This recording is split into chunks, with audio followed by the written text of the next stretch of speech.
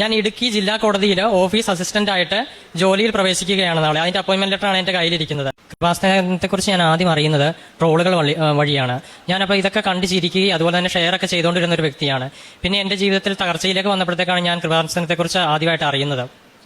കാരണം ഞാനൊരു ജോലിക്ക് വേണ്ടി ഏകദേശം ഒരു ഗവൺമെന്റ് ജോലിക്ക് വേണ്ടി 7 വർഷമായിട്ട് ഞാൻ പരിശ്രമിച്ചുകൊണ്ടിരിക്കുകയായിരുന്നു. ഏകദേശം ഒരു 25 എക്സാമിൽ കൂടുതൽ ഞാൻ എഴുതിയിട്ടുണ്ടാകും.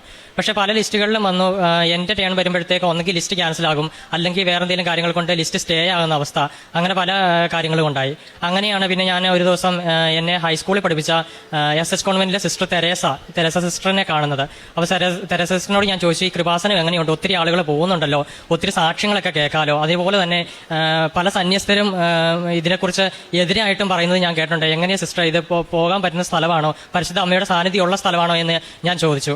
അങ്ങനെ സിസ്റ്റർ എന്നോട് പറഞ്ഞു, ഞാൻ അവിടെ പോയിട്ടുള്ളതാണ്, ഞാൻ അതിന്റെ അകത്ത് കയറിയപ്പം തന്നെ എനിക്ക് പരിശുദ്ധ അമ്മയുടെ സാന്നിധ്യം അനുഭവപ്പെട്ട സ്ഥലമാണ്, അതുകൊണ്ട് മോനെ നീ ധൈര്യമായിട്ട് പൊക്കോ, പരിശുദ്ധ അമ്മ നിന്നെ നോക്കിക്കോളൂ എന്ന് പറഞ്ഞു. അങ്ങനെ സിസ്റ്ററിന്റെ വാക്ക് കേട്ട് ഞാൻ ഇവിടെ വരികയും 26/9/2024 ഞാൻ എന്റെ ഉടമ്പടി എടുക്കുകയും ചെയ്തു.